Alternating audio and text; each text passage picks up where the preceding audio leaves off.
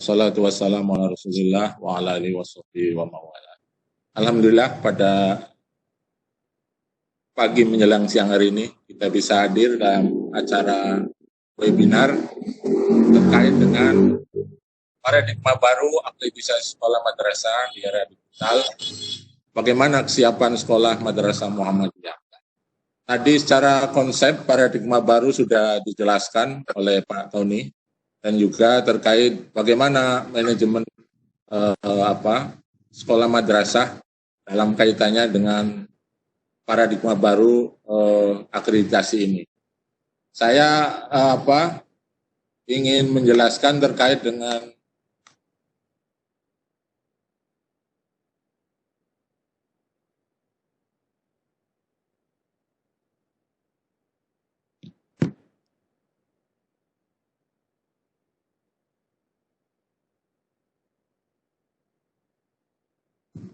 Monggo Pak, silakan.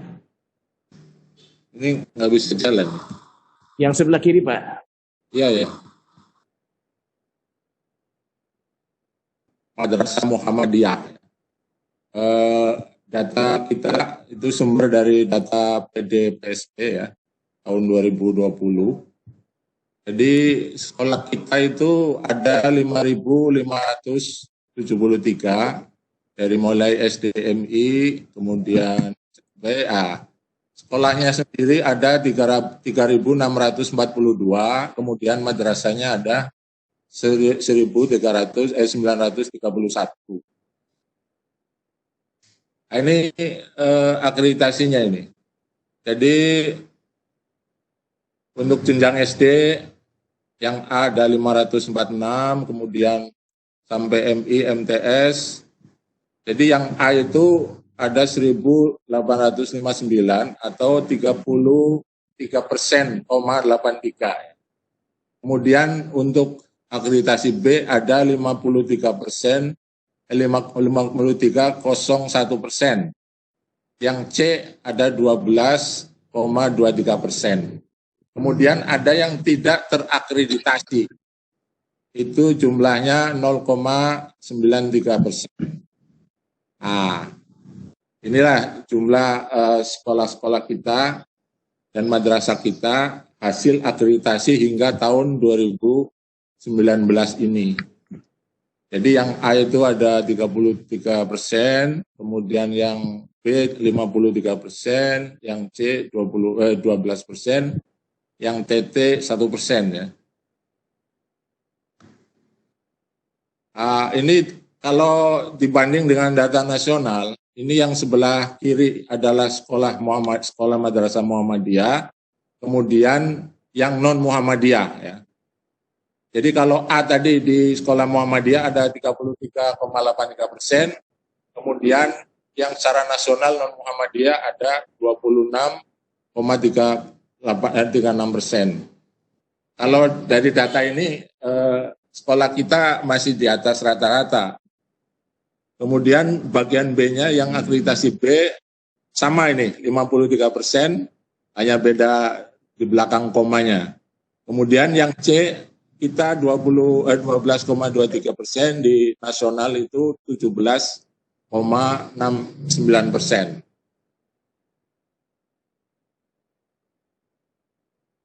Hasil akreditasi jenjang SD. Jadi persentasenya yang SD itu hanya 43%, kemudian yang B-nya 42%, kemudian yang C-nya 11%, di data akreditasi 0,6%. Ini kelemahan yang ada di standar kompetensi. Ada 3 kelemahan di jenjang SD itu.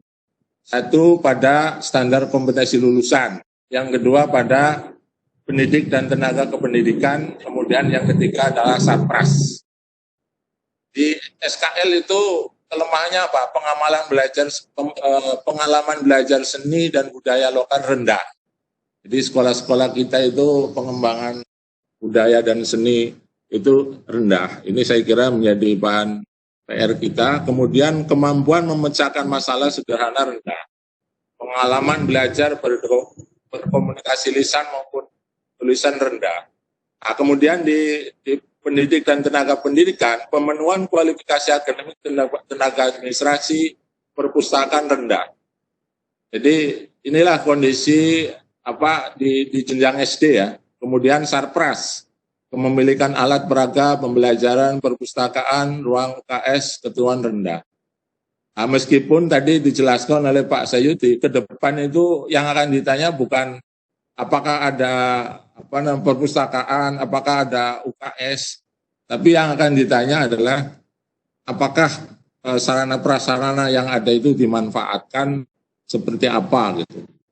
Nah, kemudian di jenjang MI ini 33% itu 30% A ya, dapat A, 59% B. Kelemahannya masih sama di SKL, PTK, dan juga Sarpras. Kemudian berikutnya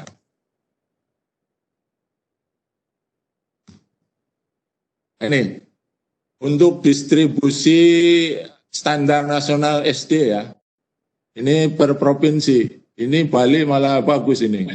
Karena memang sekolahnya tidak sebanyak ya dengan provinsi lain. Kemudian disusul Jogja, DKI. Ya. Ini distribusi MI ya. MI malah Gorontalo ya. Ini sebabnya apa? Karena madrasah di sana itu sedikit dibanding dengan madrasah di tempat-tempat lain. Nah, ini kalau melihat level akreditasinya yang A, yang B dan C dibanding antara SD dengan madrasah ini ada perbedaan sedikit. Kemudian berikutnya yang jenjang SMP. Nah, SMP yang A-nya 34%, yang B-nya 51%, yang C-nya 11%. Nah, ini kelemahannya di dua standar ya, yaitu SKL dan juga PTK. Kalau di SD sama MI tadi ada Sarpras. Nah, ini agak lumayan, di Sarpras tidak dianggap lemah. Jadi di SKL hampir sama kelemahannya. Yang nomor 1 sama, kemudian keterampilan menyimak, membaca, menulis, berbicara rendah. Belajar iptek seiring dengan perkembangan rendah. Nah, ini saya kira ini tantangan bagi sekolah madrasah kita, apalagi nanti sistem akreditasi ke depan adalah berbasis dashboard monitoring ya. Kemudian pada jenjang MTS ya, MTS ini A-nya lebih rendah daripada SMP, ini 24%, kemudian B-nya 55% dan C-nya 15%. Kelemahannya sama, masih SKL, PTK, dan Sarpras. Jadi di PTK itu nilainya 76, di Sarpras 77, dan di SKL 80. Jadi saya kira ini menjadi bahan untuk perbaikan di masa yang akan datang terkait 3 standar itu. Nah, ini distribusi per provinsi untuk jenjang SMP, DIY itu yang pertama, kemudian Kepulauan Riau ya. Selanjutnya untuk Sanawiyah justru Papua. Nah, ini karena di Papua itu tidak banyak madrasah, kebetulan bagus sehingga nilainya bagus. Kemudian Sanawiyah, ini SMP dan MTS. Kemudian yang jenjang akreditasi SMA ini. Ini sama, masih persoalannya sekitar SKL, PTK, dan Sarpras. Jadi pembiasaan mencari informasi dari berbagai sumber rendah, pengalaman mengapresiasi seni budaya rendah, pemenuhan kualifikasi akademik tenaga administrasi rendah. Saya kira ini 3 standar ini harus menjadi perhatian kita semua ya. Bagaimana ke depan itu kita bisa meningkatkan kualitas sekolah kita. Apalagi akreditasi ke depan pendekatannya adalah pendekatan berbeda ya, tidak compliant. Compliant itu checklist ya. Tadi Pak Sayuti sudah menjelaskan contohnya apakah ada perpustakaan, apakah ada ruang diskusi ada, apakah ada laboratorium ada. Tapi bagaimana apakah sarpas-sarpas yang ada itu dimanfaatkan, didaya gunakan semaksimal mungkin sehingga dampaknya terhadap mutu sekolah madrasah di kita. Kemudian ini di jenjang SMP ya, ini Yogyakarta paling atas, kemudian Kepulauan Riau. Kemudian SMA, ini SMA. Kemudian jenjang MA ini. MA ini akreditasi yang dapat A-nya 19%, turun. Kemudian B-nya hanya 59%, yang C-nya 14%. Ini problemnya juga sama, jadi standar kompetensi lulusan, PTK, dan Sarpras. Jadi hampir berulang ya. Jadi pembiasaan mencari informasi dari berbagai sumber rendah, pengalaman mengapresiasi juga rendah, pemenuhan kualifikasi akademik dan perusahaan rendah. Ini saya kira dari tahun ke tahun belum bergeser 3 standar ini. Karena itu saya kira ini bahan evaluasi bagi Majelis Dikdasmen PP Muhammadiyah dan juga wilayah dan juga daerah dan sampai cabang. Bagaimana memperbaiki standar-standar ini ke depan. Akreditasi ke depan adalah mutu lulusan itu menjadi bagian penting ya, yang diukur mutu lulusan. Mutu lulusan itu dipengaruhi oleh pembelajaran yang bermutu. Pembelajaran yang bermutu itu dipengaruhi oleh mutu pendidik, mutu guru. Mutu guru itu dipengaruhi oleh manajemen. Tadi Pak Sayuti sudah menjelaskan. Jadi untuk akreditasi ke depan fokusnya adalah 4, yaitu mutu lulusan, kemudian mutu pembelajaran, mutu guru, dan manajemen sekolah madrasah. Karena itu saya kira dari sekarang sekolah dan madrasah kita harus memperbaiki dari kelemahan-kelemahan yang ada.